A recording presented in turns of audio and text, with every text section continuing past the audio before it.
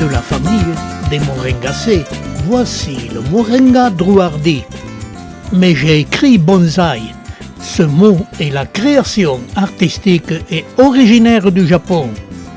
Mais très souvent dans la nature, certaines espèces se sont adaptées et créent de véritables bonsaïs. Et cette adaptation en bonsaï, les Moringa drouardi l'ont pratiquée sur site. Et pour les voir, il faut se rendre au sud de Madagascar, dans le secteur de Saint-Louis. Et pour pouvoir admirer les Moringa drouardi prospérant dans la nature de façon bonsaï, il faut se rendre dans le secteur de Tuléa. Il y a là un lieu unique qui ne couvre que quelques hectares où les Moringa drouardi s'y sont développés presque bonsaï sur cette petite surface qui accroche le regard et passe jamais inaperçu. Mais pour les découvrir, depuis la capitale de Tananarive, il faudra faire des kilomètres et des kilomètres, admirer les paysages, les villages et faire très souvent des rencontres inoubliables où elles plongent notre cerveau dans les temps très anciens. Toutes ces rencontres nous donnent la situation de Madagascar qui évolue très lentement, ce qui a donné sur cette île des animaux et des plantes endémiques à ce pays, comme cette espèce de la famille des Bombacacées, cette Avenzonia funi. C'est que cette plante a le développement du tronc exactement le même que les Moringa drouardi, dont la constitution du tronc se ressemble beaucoup, mais ils ne sont pas de la même famille. Et malgré cette ressemblance, les Moringa drouardi font partie de la famille des Moringacées, qui jusqu'à présent ne comprend que 2 espèces. Mais dans le sud, je n'ai jamais pu les admirer en état sauvage dans les forêts qui sont impénétrables.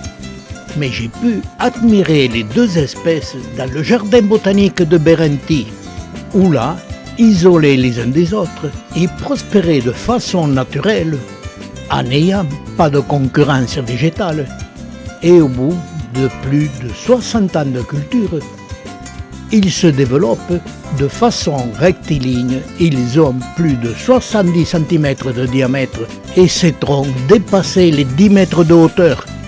Et dans la ville de Tuléa, j'ai pu admirer des pieds prospérant de façon naturelle, mais avec des problèmes dont les racines déforment les trottoirs et soulèvent les murailles, mais en bord de mer, dans un sol calcaire très rocailleux, ils se sont développés en restant de petite taille. La plupart des pieds qui sont très anciens ne dépassent pas les 3 mètres de hauteur, avec 70 à 80 cm de diamètre. Il y a là plus d'une centaine de sujets dont l'ensemble des dimensions sont pratiquement identiques. Comme ces plantes sont endémiques à Madagascar et que nous sommes dans l'hémisphère sud, fin octobre, j'ai pu les observer en végétation et ils étaient magnifiques, en nous donnant envie de pouvoir cultiver cette plante chez nous. Mais c'est impossible, l'hivernage doit être de 5 à 6 degrés minimum. Et pendant tous mes voyages, j'ai observé l'ensemble de ces pieds pour étudier leur vie et en comprendre leur mode de végétation. Et j'ai observé que plusieurs sujets étaient blessés et qu'un sujet était sectionné à 1 mètre de hauteur. L'année suivante, ce sujet n'était pas mort, de nouveaux rameaux se formaient. J'observais là cette information très intéressante qui m'indiquait que l'on pouvait tailler ces plantes, que l'ensemble de ces troncs ne sont pas en bois et que ce n'est que des fibres qui retiennent les sucs qui alimentent la plante en créant de formidables réserves pour résister aux périodes très sèches.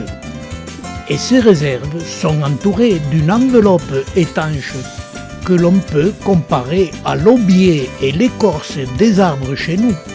Et comme l'aubier chez nous, c'est elle qui contient les méristèmes, qui a la possibilité de développer de nouveaux rameaux.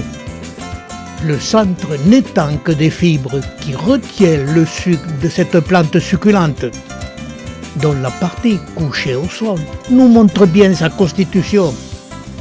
Quand j'observais cette espèce dans la nature, je rêvais de pouvoir posséder un si beau sujet chez nous. Et l'ensemble des observations que j'ai faites sur site m'indiquait que je pouvais cultiver cette espèce chez nous. Et pour cela, il faut commencer par la floraison et observer le développement de cette plante sur site. Après la floraison, il y a le fruit, avec des gousses de 40 cm de long. Ces gousses et ces graines sont le critère principal de l'appellation de cette famille, les moringacées. Même si cette famille ne contient que 2 espèces, je récoltais quelques graines grosses de 2 cm de diamètre que je semais en respectant les saisons de l'hémisphère sud. Elles germaient et se développaient rapidement. L'année suivante, j'avais un sujet de plus de 80 cm de hauteur que je taillais pendant 2 fois pour observer son comportement. À la première taille, il n'y avait qu'une seule division, mais par la suite, il y en avait plusieurs. Sur un deuxième sujet, je passais à l'étape suivante. Je l'enroulais autour d'un piquet pour savoir si par la suite, il conserverait les formes que je voulais lui donner. 4 années plus tard, le pied que j'avais laissé pousser de façon naturelle, qui était rectiligne, avait atteint près de 6 cm de diamètre. Je passais à l'étape suivante, je sectionnais les 2 pieds que j'avais conservés, le rectiligne et le torsadé, à une hauteur de 60 cm. Et toutes ces opérations sans aucun dommage pour la plante. Mais aussi, à chaque repiquage, je commençais à laisser apparaître les racines. Faire cette opération de sectionnement des tiges peut s'avérer néfaste pour les pieds si on ne fait pas l'opération de colmatage. Elle doit être, pour ainsi dire, obligatoire, car il ne faut jamais oublier que nous ne sommes pas en présence d'une partie boiseuse mais fibreuse, et qu'il faut protéger ces blessures par le mastic que l'on emploie dans l'arboriculture, que ce soit pour le greffage ou pour le sectionnement des plantes.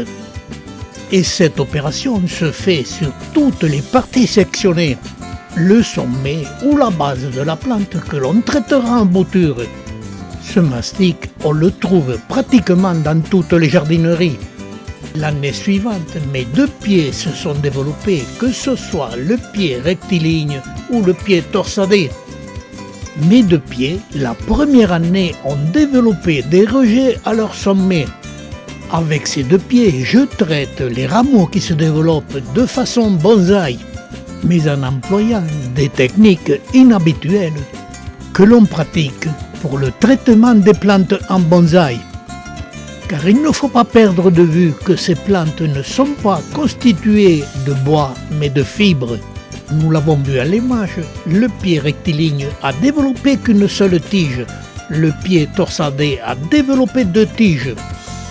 Et mon but est de faire développer les rameaux du sommet de ces 2 plantes à l'horizontale.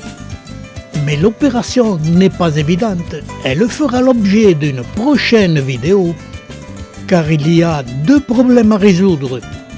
En attendant, à Madagascar, notre guide Joseph avait invité ses amis musiciens pour accompagner notre repas de fin de soirée.